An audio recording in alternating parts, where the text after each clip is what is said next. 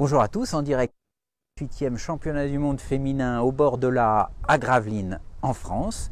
Donc comme convenu, il est 14 h, dans une demi-heure c'est la fin de cette première manche, le dénouement de cette. Donc je vais retourner tout de suite la caméra et puis on va suivre les pêcheuses, c'est plus intéressant que de me voir, surtout avec le vent et ma coupe de cheveux. Alors, voilà. On est, vous pouvez le voir, derrière Solène Newstead. Alors je ne suis pas tout seul hein, derrière Solène, regardez, il y a quand même beaucoup de public, hein. Ça fait longtemps qu'on n'a pas vu autant de monde sur des championnats du monde. Donc on est derrière Solène. Tout à l'heure, je vous fais vivre l'amorçage dans le secteur A derrière Valérie Nadan. Ensuite on est allé derrière Marie Renard pour le point à la mi-temps. Et maintenant, on va faire le point à donc une demi-heure de la fin. J'ai fait un petit saut, évidemment, dans le secteur D, où Claire Boré se trouve. Alors, elle a une place assez difficile. Elle est au numéro, que je vous dise pas de bêtises, au numéro 9, en sachant que dans ce secteur, évidemment, vous avez une aile, hein, mais qui se trouve au numéro 1. C'est une Espagnole qui a l'aile. Donc, les 5 premiers numéros du secteur D sont quand même favorisés par rapport à la zone où se trouve Claire, qui est à côté de la pêcheuse néerlandaise et de la hongroise. Deux équipes qui font partie évidemment des favoris avec les polonaises et les françaises. Alors pour Claire, le début de pêche a été très difficile, hein, sans surprise. Elle a fait 5 poissons la première heure, 5 poissons la deuxième heure. En revanche, il suffit de passer derrière sa tablette pour se rendre compte qu'elle a changé complètement quelque chose, puisque la troisième heure, elle a eu 21 poissons. Elle a fait 5, 5, 21. Donc elle est en retard. Elle aura du mal sans doute à rivaliser avec les pêcheuses qui sont près de l'aile, hein. Donc les plus gros numéros du secteur D. Mais en tout cas, elle se débrouille très bien et surtout, elle se débrouille mieux que la hollandaise qui est à sa droite, qui est à la peine. Donc je dirais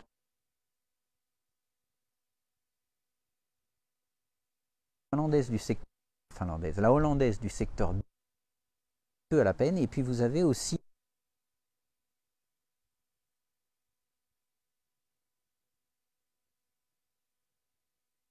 des sons un peu, c'est plutôt l'équipe de France. Il n'y a pas de pêcheuse vraiment en difficulté. Alors il y a ici Solène qui est à une place difficile parce qu'elle est évidemment aussi dans un secteur avec une aile, et j'ai déjà eu l'occasion de le dire, dans ce secteur, qui a l'aile, c'est la femme de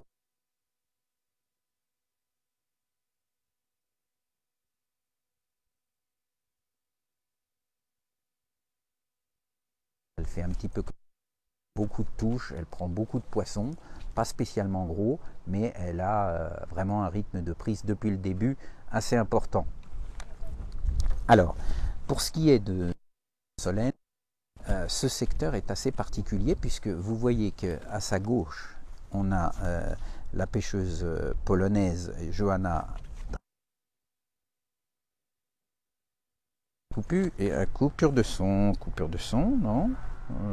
Alors je vérifie, je vous donne ça tout de suite.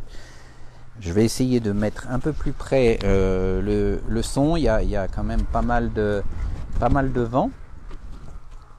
Je vais enlever aussi ma carte de presse autour du cou pour que vous entendiez mieux. Dites-moi si c'est un peu de beaucoup de coupures de. Alors c'est peut-être aussi la zone, hein. Je vais peut-être me déplacer. Je vais aller plutôt entre Solène et la pêcheuse polonaise. Donc je vais me déplacer et puis on va voir si ça marche un peu. Donc la pêcheuse qui est Dragas, qui est ici. Hop, je vous la montre. Voilà, donc la polonaise qui a été championne du monde individuelle et par équipe, et qui surtout aujourd'hui a pris un gros carassin. Donc elle serait évidemment devant pour l'instant Solène. Donc dans ce secteur, on dira qu'il y a Diana, la femme de Tamash, qui a pris beaucoup de poissons à son aile. Vous avez la polonaise ici qui a pris un gros carassin. Et puis la surprise du jour, c'est que vous avez une finlandaise qui est un petit peu plus par là-bas, qui est à 3 places, qui a pris aussi une belle brème. Là on voit que Solène a un poisson. Ce que je disais ce matin, Solène, elle a du tempérament, on peut être certain qu'elle ne va rien lâcher jusqu'au bout. Et encore une fois, elle est dans un secteur qui est difficile, il faut absolument qu'elle se bagarre pour essayer de limiter la casse, parce qu'elle aura du mal à remporter le secteur ici avec les gros poissons qu'il y a eu. Bon, là c'est une petite plaquette, mais c'est déjà pas mal. Et surtout, alors, il y a une équipe dont effectivement j'ai peu parlé et que avec Romain on a peu parlé hier aussi, c'est il y a toujours comme ça dans les championnats du monde une équipe un peu surprise. Alors c'est une semi-surprise quand même, hein. C'est une équipe dont on entend souvent parler au championnat du monde féminin, c'est l'équipe d'Italie. Ici l'italienne est à côté de Solène, vous la voyez en second plan à droite là. Les italiennes, alors là visiblement j'ai parlé avec Romain qui est évidemment derrière Solène, elle prend plutôt des beaux gardons, donc pour lui elle serait même peut-être devant la finlandaise Rose Brème. Donc sur ce secteur on aurait Diana à l'aile avec une première place, et puis ici vous aviez ensuite la polonaise ici Dragas qui serait deuxième avec son carassin, plus évidemment d'autres poissons, et l'italienne qui serait peut-être troisième et quatrième là. Ça voudrait dire que dans tous les cas, Solène au mieux serait cinquième sur ce secteur. Je dirais que ce serait un moindre mal. Cinquième sur ce secteur, ce serait honnêtement une bonne performance, puisque si elle n'a pas de gros poissons, elle ne peut pas évidemment rivaliser avec la polonaise et la finlandaise qui ont pris toutes les deux des gros poissons. En revanche, elle serait peut-être battue donc par cette italienne et ses gardons, et puis par l'aile avec Diana. Donc il faut qu'elle se bagarre, il faut qu'elle essaye absolument cinquième, parce que sinon de France est plus partout, hein. Je l'ai dit, Claire Boré, elle est en train de remonter son retard. Enfin, son retard qui était dû en fait à sa place, hein. Les poissons ont mis beaucoup de temps à rentrer. Elle a un petit peu changé son rappel, hein. Je l'ai dit dès le début, le rappel c'est super important ici, voir quand rappeler et avec quoi. On a vu tout à l'heure que derrière Marie Renard par exemple, elle rappelait, ah c'est un joli gardon, voilà, ça c'est les poissons qu'il faut attraper, très joli gardon. Vous voyez qu'elle est peut-être en train de refaire sur son retard, on l'espère. En tout cas, je disais au niveau du rappel, c'est très important, bon, évidemment que du rappel à la coupelle hein, pour l'instant, mais quand on était derrière Marie Renard, on a vu qu'elle rappelait principalement avec du fouillis pur. Fouillis pur collé avec soit de la colle à fouillis, soit de la bentonite, hein, ça je peux pas voir, mais en tout cas c'était du fouillis pur. Il suffisait de regarder le sion, la coupelle est restée assez légère, donc il n'y avait pas de terre dedans, c'était vraiment du fouillis. En revanche, par exemple, Claire Boré, c'est différent. Elle a commencé à prendre du poisson à partir du moment où elle s'est mise à rappeler avec de l'amorce. C'est-à-dire des boules de fouillis, mais collées avec des boulettes d'amorce. Donc vous voyez que d'un secteur à l'autre, vous pouvez avoir deux techniques, deux stratégies d'amorçage qui sont complètement différentes, alors qu'on est sur le même parcours, et que ça a marché aussi bien pour Marie que pour Claire. Donc il n'y a pas une seule technique. C'est pour ça que quand on dit si quelqu'un prend d'une certaine façon, il faut immédiatement prendre le talkie-walkie pour donner des infos à tout le monde, c'est pas forcément source de réussite, parce que la pêche peut être très différente. C'est très particulier à ce parcours en tout cas, où vous avez des zones où vous avez des gardons, vous avez des zones où vous avez des plaquettes, et le mode d'amorçage et le mode de rappel évidemment doit être différent si vous misez plutôt sur les plaquettes ou plutôt sur les gardons. Donc vous voyez que le vent maintenant remonte la rivière, hein. J'espère que vous entendez bien maintenant. A priori le son maintenant c'est bien, c'est bizarre, je me suis dépassé que d'une quinzaine de mètres, même pas, et puis finalement maintenant le son est bien. Donc vous voyez que ça commence à souffler donc de l'aval vers l'amont, Alors c'est plutôt une bonne chose, hein. C'est toujours plus facile de tenir votre ligne en rivière quand vous avez un vent qui remonte le courant que quand il le descend. Parce qu'évidemment, quand il le descend, il a tendance à pousser la ligne dans le même sens que le courant, donc à accélérer la de lèche et pas forcément. En revanche, si le vent remonte, ça vous aide au contraire à ralentir la ligne. Alors des fois, il ne faut pas non plus que ça souffle trop fort et que ça fasse monter le courant. Donc, j'avais dit au début, c'est à la pêcheuse de jouer avec le poids du flotteur et surtout la longueur de la bannière pour gérer ces problèmes de vent, de mouvement d'eau, de courant. Parce que là, on a quand même une hauteur d'eau importante, hein. On est autour des 4 mètres de fond. Donc quand vous avez du vent comme ça, évidemment, il y a une couche de surface qui est ballottée, mais en dessous, vous avez des courants et contre-courants qui se créent.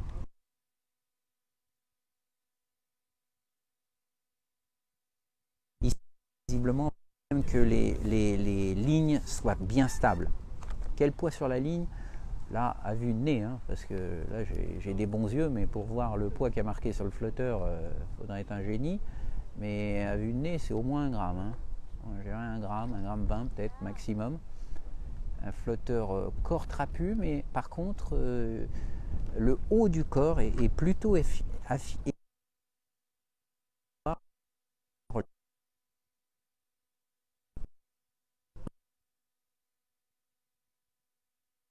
dit, on va suivre la fin de cette manche dans ce secteur E en restant tranquillement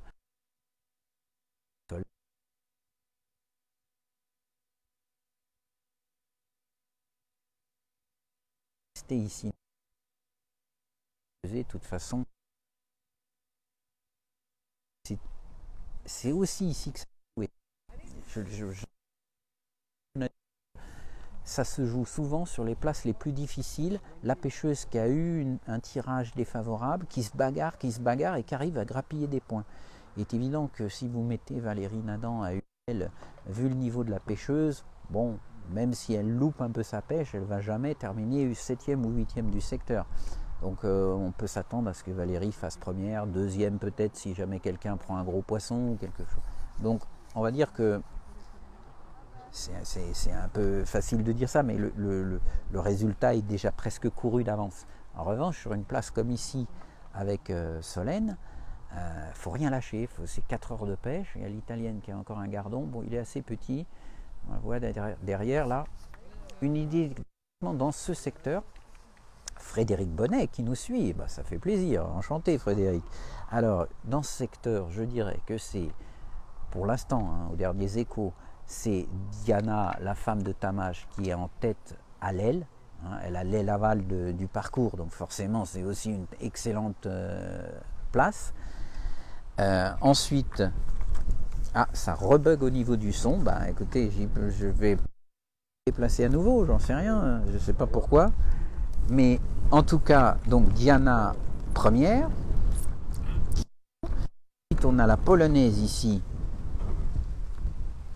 Alors, voilà, ici, vous avez donc la polonaise de Johanna Dragas qui a pris un gros carassin, a priori 500-600 grammes, donc sur des pêches aussi difficiles, forcément ça fait la différence.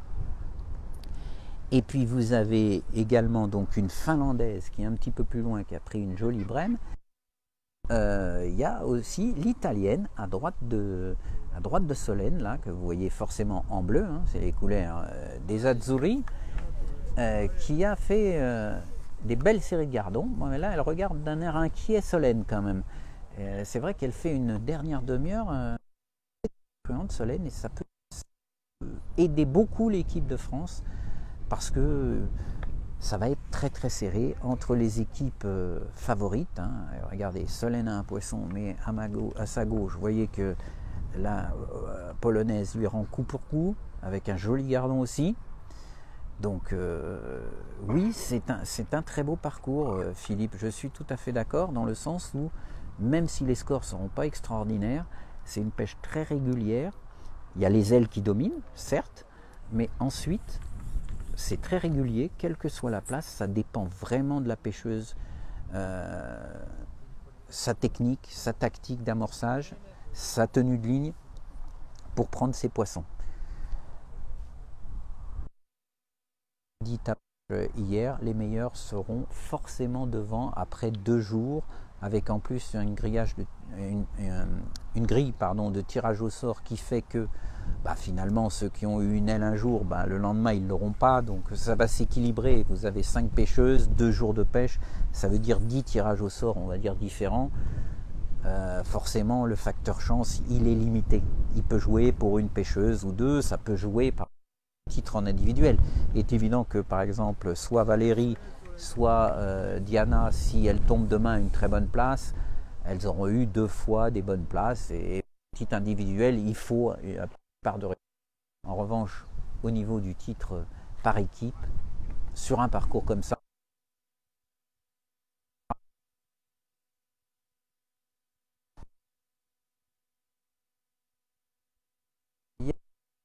pour le je comprends ce qu'on c'est ici, c'est derrière la polonaise. Effectivement, il y a un petit, vous voyez à sa droite là, vous avez une petite tige graduée qui rentre dans l'eau. Évidemment, c'est pour voir effectivement immédiatement les variations de niveau, parce que forcément, on n'est pas très loin de la mer, donc vous avez des phénomènes de marée, même s'il y a une écluse, il peut y avoir des mouvements d'eau, hein, ça peut bouger de 5, 10, 15 cm pendant la partie de pêche. Évidemment, on l'a dit, répété, le sondage ici c'est déterminant sur ces pêches de petits poissons. Il faut que votre pêche soit vraiment calée au centimètre près, même au demi-centimètre près. Donc si vous avez des variations de niveau en cours de pêche, il faut immédiatement le voir, réagir et changer votre profondeur. Donc avec ce petit système tout simple, on peut le visualiser instantanément. C'est quand même plus pratique que de prendre un repère sur la berge d'en face ou d'autres choses. Avec la polonaise, elle n'aura sûrement pas que son carassin, elle prend aussi des gardons. Là c'est un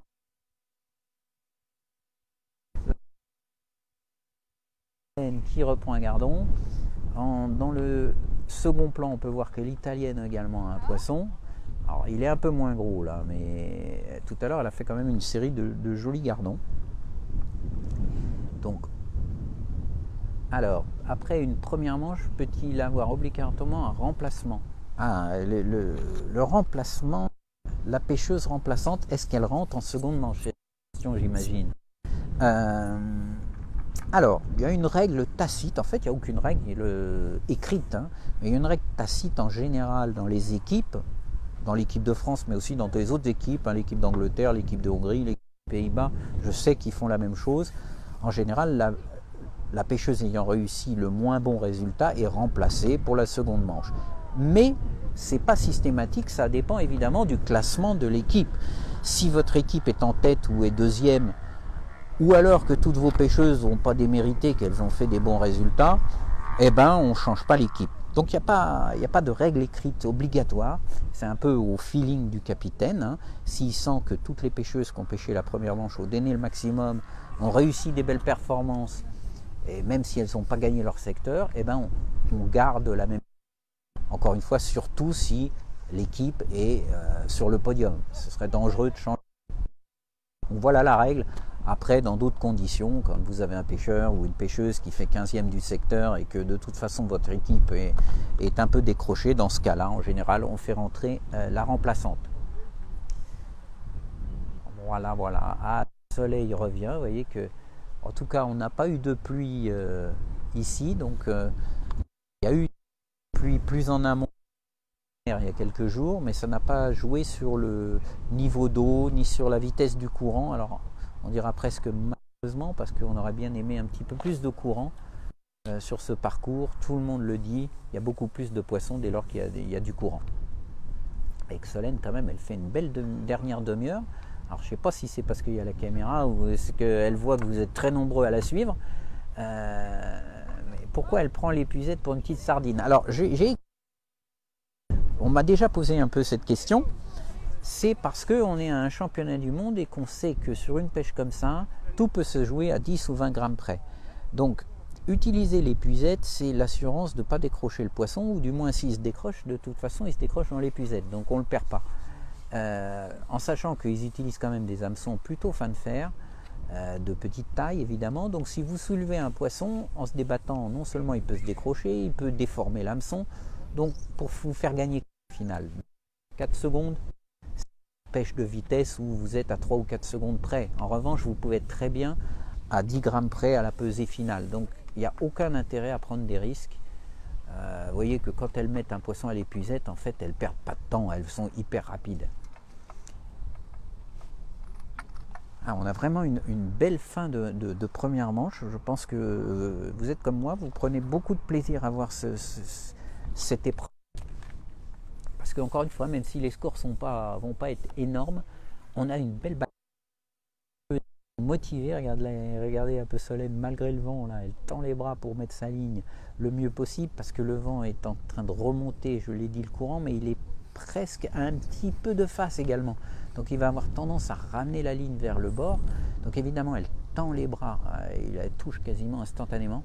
Elle tend les bras pour pouvoir mettre la ligne sur la zone amorcée et essayer de lutter un peu contre l'effet négatif du vent qui va avoir tendance à lui ramener la ligne près du bord.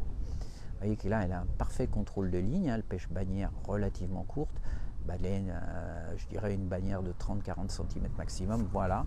Comme ça, vous voyez que le ferrage, elle n'a pas besoin de faire des grands ferrages parce que la bannière est courte, hein, il suffit de soulever la canne quasiment pour que l'hameçon rentre dans la bouche du poisson.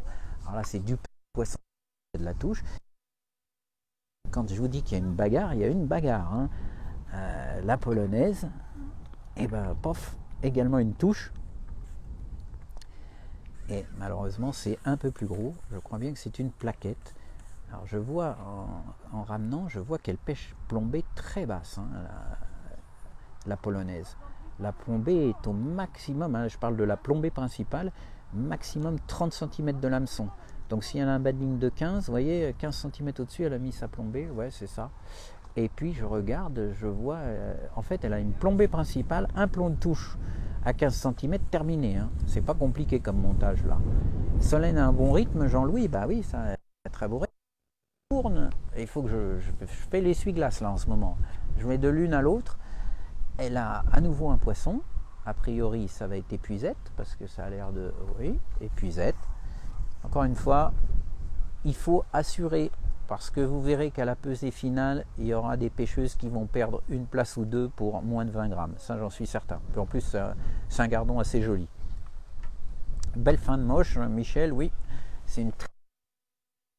J'ai l'impression quand même que l'italienne qui avait très très bien démarré est un peu à la peine par rapport à la française et la polonaise. En tout cas en ce moment, je ne sais pas effectivement ce qui est en train de... Le soleil de Gravelines.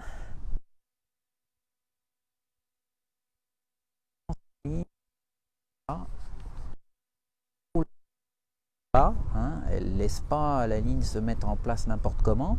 Hop, tout de suite elle met le sion en amont pour contrôler. Et je vois ma polonaise là, regardez là, bon je vous dis, hein, elle a été championne du monde individuelle et par équipe cette pêcheuse. Donc ah bah et je retourne et allez on repart à droite. J'espère que je ne vais pas vous colis, mais vous voyez que là on a une belle manche. Hein. C'est du petit poisson mais ça tourne. Hein. Un très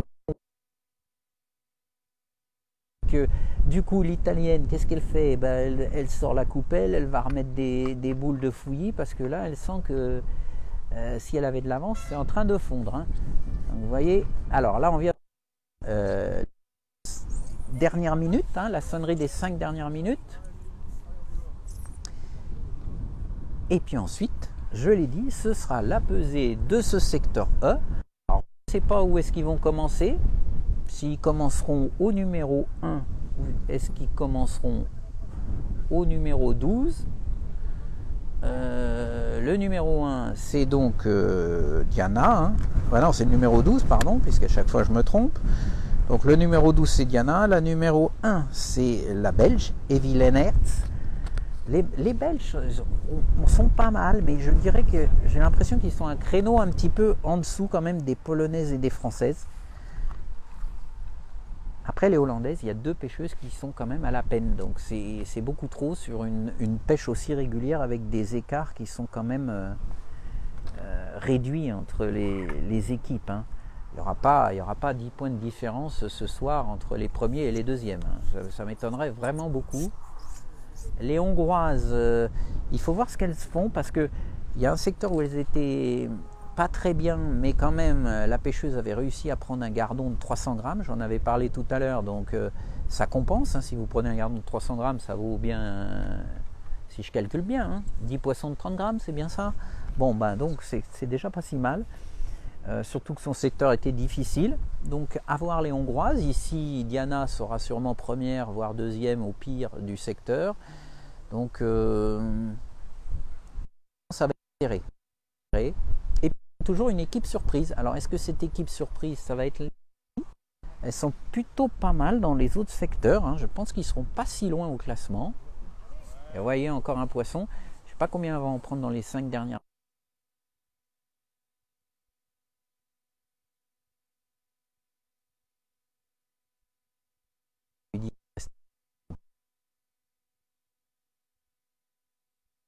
Deux. Et c'est une carte Gargano. C'est une World G1 compétition. 50. C'est bien, c'est marqué en gros sur le talon. Vous voyez, c'est là. Et le public nombreux derrière Solène. Hein, très encouragé. Voilà. Ah, ça fait plaisir de voir. Vous êtes très nombreux, non seulement derrière votre écran, là en ce moment vous êtes plus de 600 en live. Croyez-moi, j'ai suivi pas mal de championnats. C'est assez exceptionnel, plus de 600 en live. Et puis évidemment, vous pouvez regarder en replay, soit sur la page Facebook, hein, soit à partir de la semaine prochaine, je l'ai déjà dit, on regroupera toutes les vidéos du championnat du monde sur notre chaîne YouTube. Donc vous pourrez ainsi tout retrouver, c'est plus simple, c'est mieux classé, il n'y a pas à faire défiler un fil d'actualité pour aller rechercher une vidéo. C'est le gros avantage de la chaîne YouTube. Les un carassin, Gabi, ben, là ce serait pas mal un carassin. Ceci dit, là il doit rester une minute. Donc si nous donner des sueurs froides. Donc je préférerais à choisir une petite brème de 200-300. Hein. Ça se ramène plus facilement quand même. Alors, est-ce qu'elle va nous refaire encore un ou deux poissons? C'est sûr, elle va nous en refaire avant même. Allez, Solène.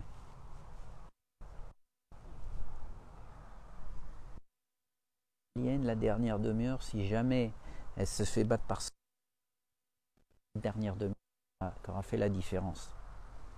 Peut-être même qu'elle peut aller passer devant la finlandaise avec sa belle brème, parce que tout le monde n'est pas d'accord sur la taille de la brème. Hein. Il y en a qui nous disent elle fait 1,5 kg, et puis il y en a d'autres qui disent mais non, ils sont fous, elle fait à peine 1 kg. Donc forcément, c'est pas la même. Son papa peut être fier, je crois qu'il est fier d'elle. Allez, ça y est, voilà le poisson. Je ne sais pas si ce sera le dernier, mais en tout cas, il ne doit pas rester beaucoup de temps. Ça va, hop, voilà, crac. Allez, une petite carpe. Alors là, Michel, il ne faut pas exagérer quand même. Carrément une carpe maintenant, à 1 minute de... Je ne souhaite pas de piquer une carpe. Elle serait trop déçue de la piquer maintenant. Ah, merci Didier, merci.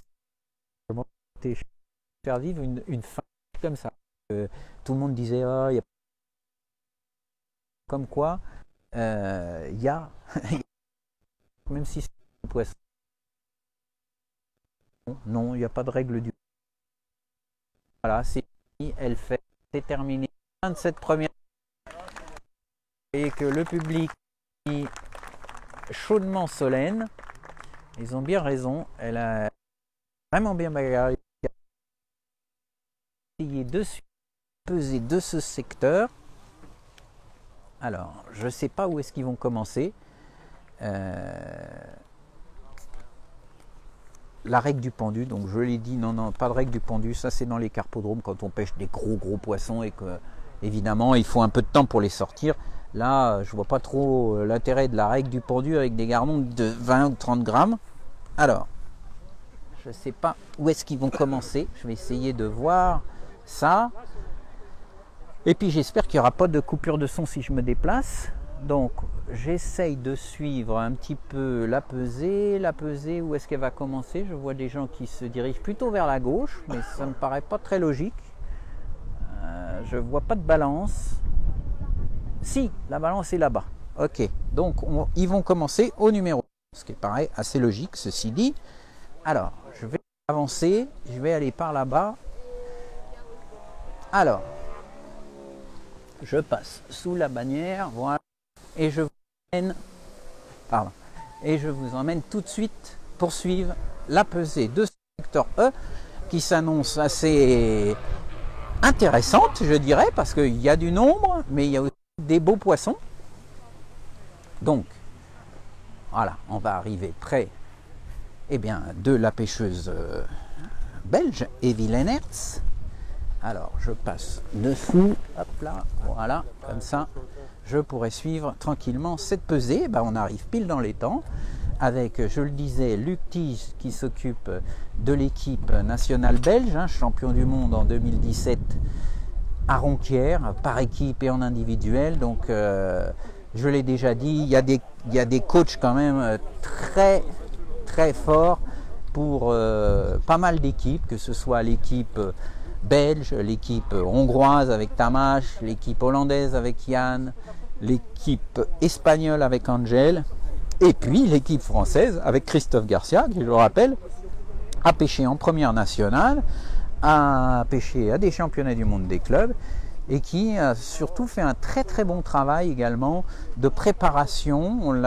Son interview, je sais, a beaucoup plu, et ça fait plaisir aussi, parce que c'est un travail un peu ingrat d'être capitaine. Quand vous êtes champion du monde, forcément tout le monde dit que c'est grâce aux pêcheuses, et puis quand vous prenez une tôle, tout le monde tombe sur le dos du capitaine, qu'il n'a pas bien fait ci, il n'a pas bien fait ça, il n'a pas sélectionné les bonnes pêcheuses, etc. C'est un peu dans tous les sports pareil, ceci dit.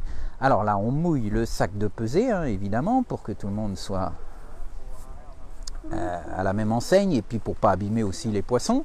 Alors, le poids ici, c'est la signature du pêcheur. Alors là, comme d'habitude, je vous donnerai les résultats, les scores au fur et à mesure. Vous prenez note et vous faites le classement vous-même, d'accord, parce que moi, je peux pas filmer, regarder ce qui se passe et puis noter en même temps tous les scores. Donc vous êtes derrière votre écran, vous prenez un stylo, un petit calepin, et puis vous nous filez un coup de main, vous faites le classement au fur et à mesure.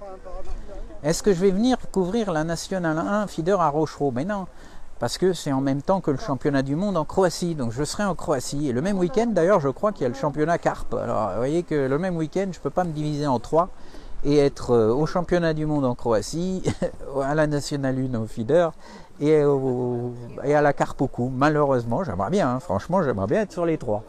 Mais malheureusement, c'est pas possible. Donc je privilégie évidemment le championnat du monde des nations, qui sera en Croatie sur un parcours, on aura l'occasion d'y revenir, mais assez particulier. Il y a eu beaucoup de problèmes à cause de justement de la sécheresse. Mais ils sont en train de détourner en fait l'eau du Danube qui passe à côté, ou de la Drave, pardon, je crois que c'est la Drave, la rivière, pour essayer de mettre de l'eau. Alors ils se protègent du vent, donc il faut que je me tourne parce que sinon je ne vais rien voir. Donc je vais finalement me mettre de ce côté, poursuivre la pesée d'Evie Leenaerts. J'espère que je le dis bien. Donc la Belgique. Je sais qu'il y a beaucoup de Belges qui suivent, donc vous allez en tout cas pas avoir trop de suspense en ce qui vous concerne, puisque la pesée, ce sera la première. Alors malheureusement pour Evie, c'était quand même pas la meilleure place sur ce secteur, évidemment, puisqu'elle était le plus à l'intérieur. Donc, première pesée de ce secteur. Là, je vois que vous êtes de plus en plus nombreux. Je sais que la pesée, ça attire toujours beaucoup de monde. Alors, d'abord, on va tarer, voilà, on demande à la pêcheuse de vérifier que tout est en ordre. C'est taré. Ensuite, on verse les poissons dans le filet. Non, mais vous inquiétez pas pour l'histoire de mouiller ou pas mouiller le sac, de peser. De toute façon, avant chaque pesée, on refait une tare. Donc, dans tous les cas, qu'il soit mouillé ou pas mouillé, le truc est taré. Alors voilà, on va être. Alors, Evie Leenaerts, on va être autour des 400 et quelques points. Alors c'est une balance digitale. L'avantage de la balance digitale, c'est normalement ça, au bout d'un moment, ça s'arrête. Enfin, avec le vent, c'est pas facile. et puis ça s'affiche. Donc il n'y a pas comme avec une balance à aiguille où ça bouge. Là, il faut attendre encore un petit peu que ça se stabilise. 1, 2, 3, Non, devant, il n'y a pas d'équilibre. oh merde. Voilà, it's okay. Alors, 0, 4, 3, 1. 431 grammes. Alors, je vous avais dit que ce serait une zone assez difficile, évidemment, sur ce parcours. 431, merci monsieur, vous voyez. On affiche ça sur un panneau. Maintenant, c'est la règle, enfin la règle, c'est fait en tout cas toujours comme ça sur les championnats du monde. Vous voyez que la pêcheuse doit remettre aussi ses poissons dans la bourriche. C'est le E, oui Ricky, c'est le secteur E. Donc, la pêcheuse remet ses poissons dans la bourriche, ils sont gardés à l'eau. En cas de contestation, il peut y avoir une équipe qui demande à repeser. Ça se fait parfois quand il y a des égalités et que, effectivement, on demande de repeser parce que on espère avoir 1 ou 2 grammes de plus. Donc, en fait, jusqu'à la fin de la pesée de tout le secteur, les poissons sont gardés dans les bourriches. Ensuite, on est donc deuxième pêcheuse, Fabienne Terhorst des Pays-Bas. Donc vous voyez que là on commence très fort avec deux nations qui sont parmi les favorites, qui étaient, il faut l'avouer, pas très bien placées quand même dans ce secteur. Cette zone là des petits numéros était beaucoup plus difficile évidemment que la zone où on était tout à l'heure, ne serait-ce qu'avec Solène, la pêcheuse polonaise, etc. Mais on va pas s'en plaindre. Donc on avait 431 grammes, je crois me souvenir, pour la Belge. Et puis maintenant, donc la pêcheuse des Pays-Bas, donc deux équipes importantes pour nous à suivre, parce que voilà, hop. Alors on vérifie forcément que dans la bourriche, il n'y ait pas de poisson qui traîne dans le fond. Et puis maintenant, on va peser et on va avoir, vous voyez qu'il y a du monde qui suit quand même cette épreuve. Elle va avoir un peu plus. 461. 461 grammes, donc 30 grammes de plus. Je vous l'ai dit que ça se jouerait à des dizaines de grammes près. Donc 461, mine de rien, pour 30 grammes déjà, elle prend un point à l'équipe belge. Ce qui est très important évidemment pour le classement général des équipes comme la Hollande, la Belgique, la Hongrie, la France, qui sont parmi les favorites.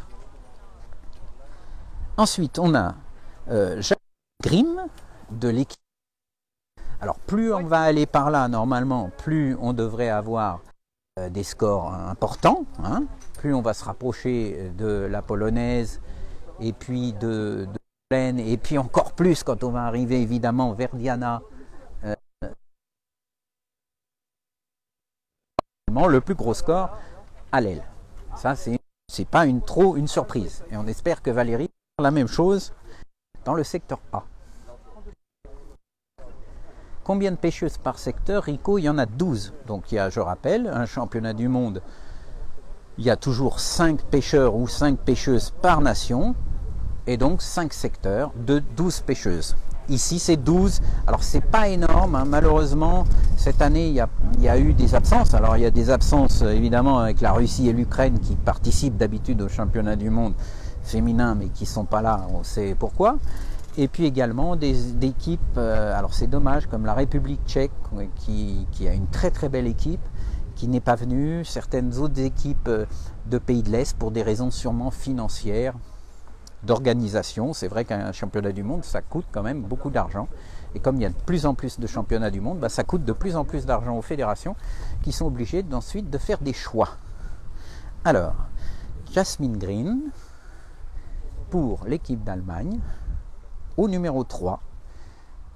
Alors on a 461 à battre. Vous voyez que pour l'instant, je me souviens encore des scores. C'est au bout de 4 ou 5 où j'aurai un peu plus de mal. Mais pour l'instant, on a 461 et 431. C'est assez simple de s'en souvenir. 431 pour l'équipe de Belgique, 461 pour l'équipe des Pays-Bas. Donc ça pourrait être une bonne chose pour les Françaises qui pourraient ainsi mettre à distance des équipes dangereuses comme la Hollande ou la Belgique. Alors là, on a une petites pêches encore, hein. Sur ces petits numéros, vous verrez que malheureusement on a des petites pêches. C'est sûr que des secteurs comme ça, ou proches d'une aile aval en plus du parcours, forcément là il y a une certaine irrégularité. J'ai parlé de la régularité de ce parcours, mais c'est vrai que sur ces zones, sur ce secteur, forcément, vous voyez qu'ils ont bien fait de vérifier parce que Jasmine a trouvé un petit poisson. Il fait peut-être que 10 ou 15 grammes, mais vous verrez qu'à la fin, on sait jamais. Alors. 0,15 Ah oui, 153 grammes. Là, je pense que malheureusement pour elle, elle ne va pas être loin de terminer 12e sur 12. Notre pauvre Jasmine. Et on a maintenant l'Espagne avec Isabelle Gordo. Et puis ensuite, on va attaquer les choses sérieuses, entre guillemets, avec Johanna Dragas, la fameuse polonaise, et son carassin qui était à côté de Solène. Donc, tout de suite après l'espagnol, on aura la pesée de Pologne, puis la pesée de la France, puis la pesée de l'Italie, puis la pesée de la Finlande. Les équipes qui vont être au coude à coude, sûrement. En tout cas, la France peut-être et l'Italie et la Finlande. Donc là, il y a du suspense ensuite. Alors, on va voir ce que va nous faire quand même l'espagnol. Hein, parce que les Espagnols, on s'en souvient, à Rieux, en tout cas, moi je m'en souviens bien, elle a une assez jolie pêche. Hein. Je pense qu'elle devrait prendre la tête. Bon, vous me direz, il n'y a que 461 pour l'instant à battre. Donc, c'est pas parce qu'elle prend la tête maintenant qu'elle va faire dans les 5 premières. Parce que après, je l'ai dit, on a déjà des gros poissons et puis on a du nombre. Donc, mais en tout cas, vous voyez que les scores progressent. Hein. Logiquement, plus on va se rapprocher de l'aile aval et plus les scores vont progresser. Alors, donc, Isabelle Gordo pour l'Espagne. On vérifie dans la bourriche. Vous voyez, bon, maintenant c'est bien rodé, tout est en ordre. La balance, le parapluie pour protéger du vent, parce que ça souffle quand même, ça pourrait perturber la pesée. Et on est à autour de 700, donc il n'y a pas de problème, elle va prendre la tête.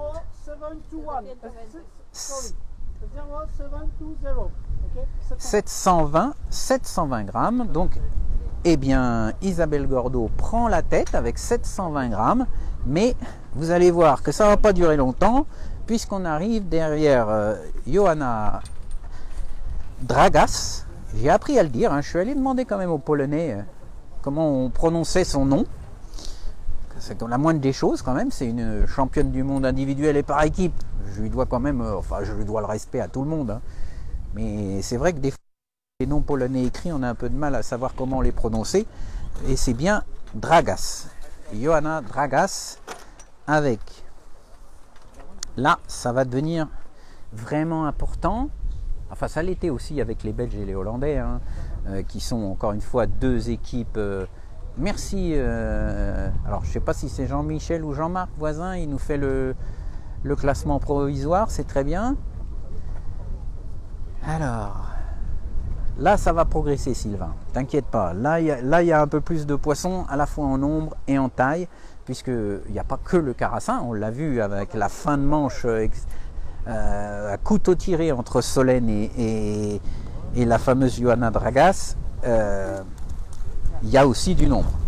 Donc voilà. Alors, encore un petit peu. Il y en a un qui suit, c'est ça. Alors, on regarde. Il y a peut-être bien encore des poissons qui se cachent. Ah, d'accord, c'est à lui à regarder s'il y a du poisson. A priori, c'est bon. Voilà, on regarde bien quand même. Ok, c'est parti. Donc, Johanna Dragas, elle va prendre la tête du secteur. Ça, il n'y a pas de doute possible. Il n'y a pas si lourd, Laurent. Non, mais bien sûr, on n'est pas non plus à Saucourt, comme on dit. Mais quand même, on est au-dessus des 2000. On est au-dessus des 2000. Donc là, on fait un bond quand même. Un sérieux bond.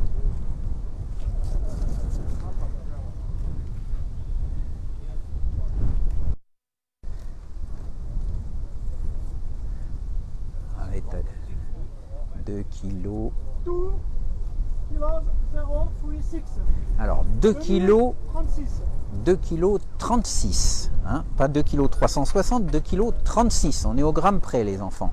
Donc prenez note, 2 kilos 36 à battre pour Solène.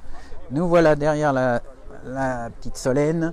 Alors 2 kilos 36, ça paraît difficile parce qu'elle n'a pas de gros poissons, mais en tout cas elle a fait une fin de manche vraiment magnifique. Donc 2,36 kg et ensuite on était avec l'espagnol autour de 700 et quelques grammes. C'est ça Laurent, 2036. Super, 431, 461, 153, 720 et 2036. Donc il faut qu'elle fasse, si elle ne fait pas plus de 2036, en tout cas plus de 720. Je crois qu'il n'y aura pas trop de problème. Elle devrait au pire pour l'instant être 2 du secteur. Mais comme vous voyez avec son dossard, elle est encore qu'au numéro 6, ça veut dire qu'on a encore l'italienne au numéro 7, la finlandaise au numéro 8, la portugaise au numéro 9, la croate au numéro 10 et surtout l'anglaise au 11 et la fameuse femme de Tamash, mais on va l'appeler par son nom, c'est pas que la femme de, hein. Encore une fois elle a été championne du monde individuel et par équipe, donc elle n'a pas besoin de se référer à son mari pour dire que c'est une championne. Alors, allez Solène.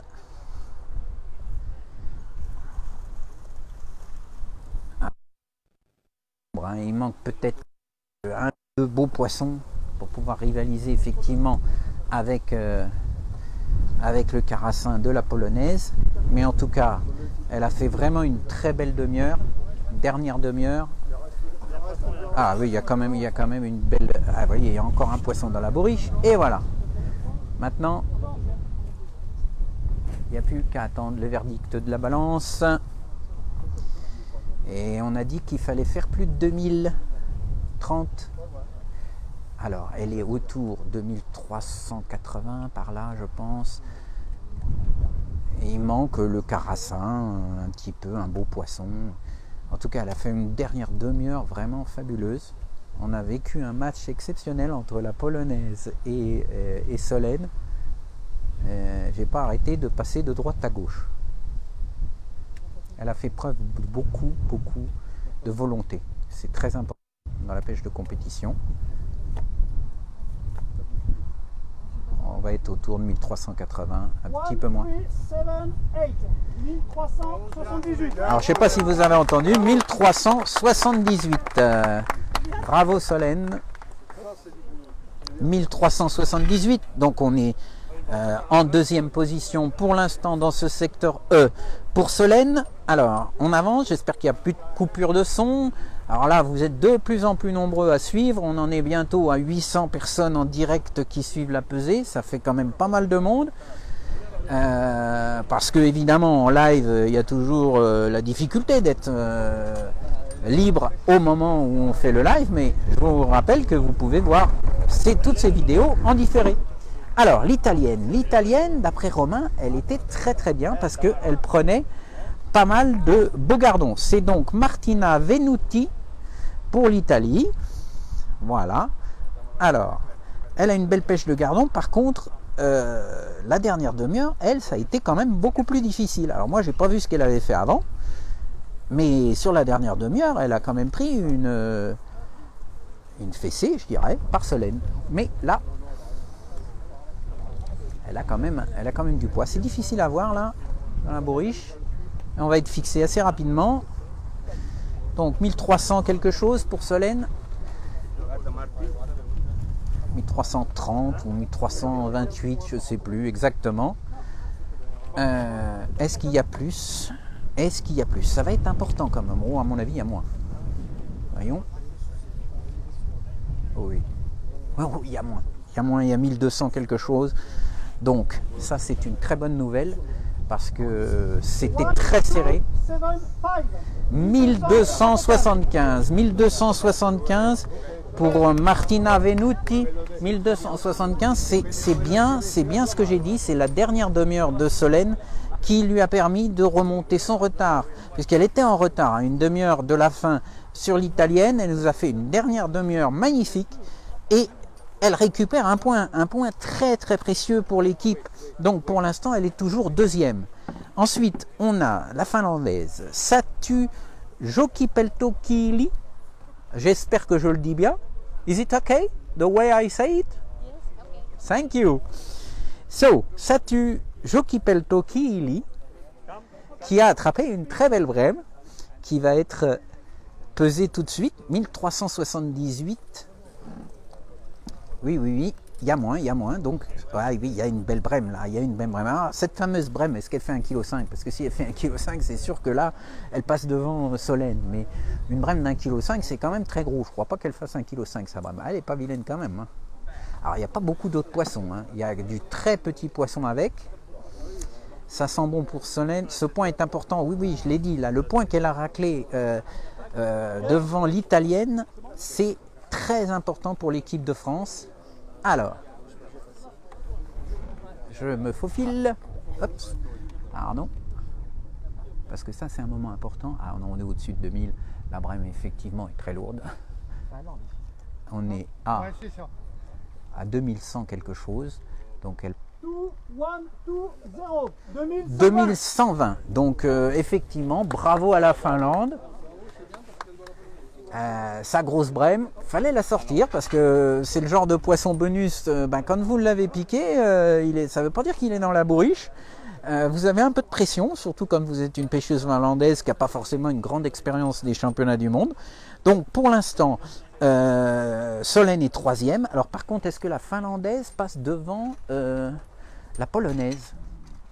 Elle fait un du secteur, Julien? D'accord, donc elle passe devant la polonaise. Ça, c'est plutôt une bonne chose pour nous. Il n'aurait pas fallu qu'elle vienne s'intercaler entre la Pologne et la France. Là, à la rigueur, c'est pas trop grave. Même si elle est devant, nous, on ne perd pas de points par rapport aux Polonaises. Ça, c'est très important. Alors maintenant, on est derrière João Maria Correa du Portugal. Alors, je ne sais pas du tout. Là, normalement, quand même, alors, a priori, elle n'a pas pris de gros poissons. Donc, elle ne devrait pas venir chatouiller les deux premières, mais après pour la pêche de gardons et de plaquettes, je ne sais pas ce que ça va donner. Et puis ensuite on n'aura plus que la Croate et puis ensuite l'Angleterre et la Hongrie, deux équipes aussi à suivre. Ah, il y a quand même une belle pêche de gardons là pour le Portugal, hein, vous voyez qu'il n'y a pas de gardons au Portugal, mais ça ne les empêche pas de savoir les attraper. Une belle pêche de gardons.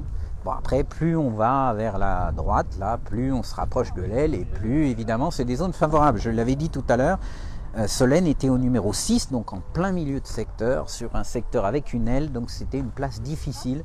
Je pense qu'on peut la féliciter dans tous les cas pour son résultat et surtout pour sa dernière demi-heure. Elle nous a fait le show. Alors, donc, Maria João Correa.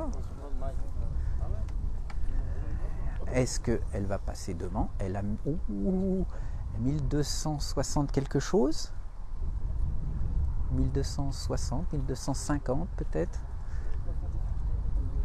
1 pour la Finlande, donc 2 pour la Pologne, 3 pour la France pour l'instant. 1257. 1257. Qu'est-ce que ça donne? Je pense que c'est derrière... je crois que c'est derrière Solène, non? 1257. Dites-moi ça tout de suite. Je compte sur vous. Est-ce que la portugaise... C'est bon, ça, on reste troisième. Parfait. C'est pas gentil pour la portugaise et nos amis portugais. Mais enfin, bon, là, on est vraiment derrière les françaises. Donc vraiment, Solène, encore une fois, c'est un point qu'elle a gagné dans la dernière demi-heure. En s'arrachant comme elle l'a fait pour prendre du poisson dans cette dernière demi-heure. Franchement, cette dernière demi-heure, déjà, pour moi, ça lui a fait gagner 2 places. Déjà. Toujours troisième.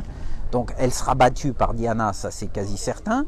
Donc, peut-être qu'elle va aller chercher la place de 4. Il faut attendre de voir la pesée de la Croate et puis surtout aussi de l'Anglaise. Mais il se pourrait que Solène soit 4e du secteur, ce qui serait vraiment une très belle performance sur la place où elle se trouvait. Donc là, on est derrière Ivona Majsek pour la Croatie. Non, là, ça ne devrait pas passer devant Solène.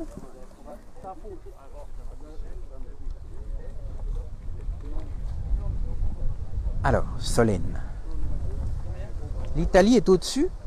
Ah, l'Italie est au-dessus du Portugal, mais pas au-dessus de Solène. Donc, à la rigueur, derrière, on suit un peu moins. Donc là, la Croatie, il n'y aura pas plus. Donc, il ne nous reste plus que 2 pêcheuses ensuite à peser pour connaître le classement définitif de ce secteur E. On est autour de 1000 points. 1041 pour la pêcheuse croate. Et maintenant, on arrive donc derrière la pêcheuse anglaise, Lynn Knott. C'est assez amusant qu'elle s'appelle Knott, parce que Knott, en anglais, ça veut dire un nœud. Un nœud pour la pêche. Donc, elle a même un nom adapté à sa passion, Lynn. Alors, j'espère que les Anglais vont pas encore nous faire un coup de Trafalgar, nous faire perdre un point. Allons-y, agent, non, non, non. Solène Forakat. Premier, donc pour l'instant, Finlande. Deuxième, Pologne. Troisième, France. Mais est-ce que l'Angleterre va nous priver de cette place, a priori, de quatrième? Parce qu'encore une fois, Diana va passer devant de toute façon. Mais il ne faudrait pas que l'Anglaise fasse plus que 1300 et quelques. C'est parti, on n'a plus que... Le suspense, c'est bientôt terminé. On y croit, Michel, tout à fait. Voilà, vous êtes vraiment très nombreux à suivre. Alors peut-être qu'il y a aussi des membres des autres équipes qui suivent sur d'autres secteurs pour savoir ce qui se fait dans le secteur E en suivant notre vidéo. En tout cas, vous êtes vraiment très très nombreux. Est-ce qu'elle aura plus que 1300?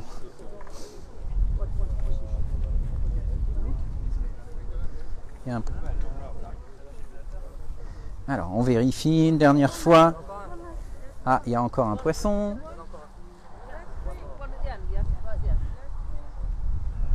Sans les 2 poissons bonus, on était très bien, effectivement. Pour l'instant, c'est vrai. Tout à fait. Solène est battue par la Finlande à cause d'une brème. Elle est battue par la Polonaise à cause d'un carassin.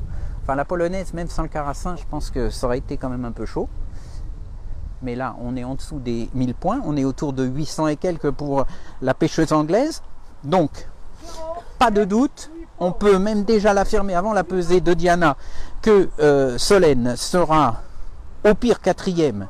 Et s'il y a un trou dans la bourriche de Diana, ce que je lui souhaite pas quand même, eh ben elle pourrait être troisième, mais non, Diana devrait remporter ce secteur. Bonjour Diana.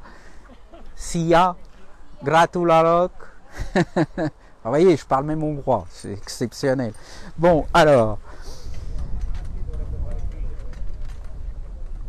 826, ok, donc pour l'instant Solène troisième, donc elle va terminer sûrement quatrième de ce secteur. Franchement, au numéro 6, c'est une super performance. T'as pas écouté de la pesée? C'était 800... Combien c'était? Je vais demander si vous voulez. C'était combien la pesée d'avant? 860, 834. Ok, voilà. Alors maintenant, Diana Walter, sûrement première du secteur. Alors là, il n'y a pas besoin de gros poissons, hein. Il y a du nombre, du gardon, des plaquettes. Et donc demain, ça nous promet une belle bagarre. Si jamais Valérie remporte aussi son secteur à son aile, il va y avoir des pêcheuses pour le titre individuel. Mais ça, c'est autre chose. Alors, elle est à 2200 quelque chose. 2200. Combien avait la polonaise? La polonaise, c'était 2036. Ouais, ce sera devant. C'est autour de 2200. Bravo.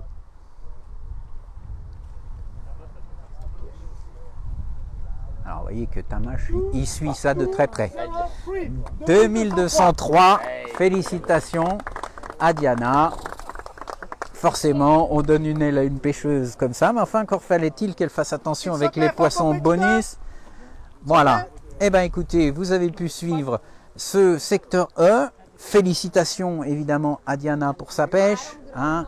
Regardez, elle va Vous voyez qu'il n'y a que des petits poissons, hein. Il n'y a pas de poisson bonus. Elle a vraiment fait une jolie pêche de gardon. Je vous la montre de plus près. Voilà, gardon plaquette. Il n'y a pas de poisson bonus. Elle n'en a pas eu besoin sur son aile, Diana. Donc, la Hongrie, ici, marque un point. Ensuite, la Finlande termine deuxième. La Pologne, troisième. Et la France, quatrième. Franchement, belle performance et belle dernière demi-heure de Solène. Alors, on perd quand même un point sur la Pologne et 3 points sur la Hongrie. Donc maintenant, il nous reste à attendre d'avoir les retours des autres secteurs. Ce ne devrait pas être si long parce que on est sur des secteurs simplement de 12 pêcheurs, 12 pêcheuses, pardon. Donc on devrait avoir un classement provisoire assez rapide. Alors après, il faut encore que la FIPS imprime les tableaux et on vous les met sur le site dès qu'on les obtient. Et puis on vous donne rendez-vous tout à l'heure à 19 h maintenant. Donc vous aurez les résultats dès qu'ils sont publiés par la FIPS sur la page. Et ensuite à 19 h, on a le rendez-vous avec Romain où on pourra revenir sur cette manche. Il nous dira sûrement plein de choses sur la manière dont Solène a pêché, comment elle a fini cette manche. Et puis on aura des infos des Hongroises, des Polonaises, des Hollandaises. Enfin bon, vous pourrez nous poser surtout toutes vos questions, parce que vous avez peut-être des questions auxquelles on n'a pas pensé. Merci à tous et à tout à l'heure.